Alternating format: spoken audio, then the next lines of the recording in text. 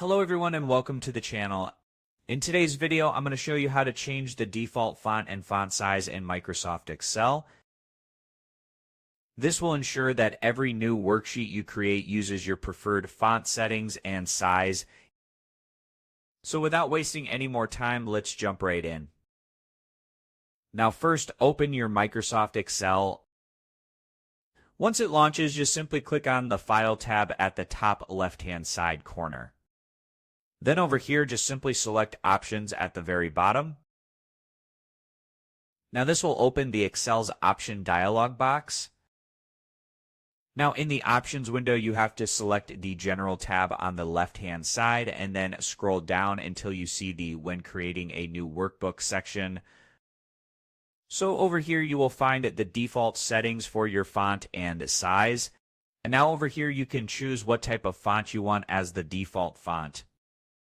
So let's say, for example, in the default font section, let's choose something like Montserrat. Now just simply select whichever type of font you want. Let's say this one right over here, and the default font size is, let's say, for example, 14.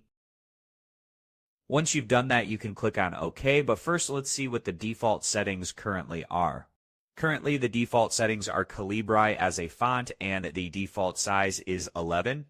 And over here you can see in a small example how they look. Click on OK, and once we do that, Microsoft Excel will ask you to restart your Excel program. So what you have to do is click on OK and then shut off the Excel workbook. Click on Save, then reset Excel again, and after it's restarted, let's try opening a new workbook. And as you can see, by default, it is already set as Montserrat, and the font size is also at 14. So that way you will be able to change your default font size and font. But there is one thing that you should keep in mind if you share your workbook with someone who doesn't have the selected font installed.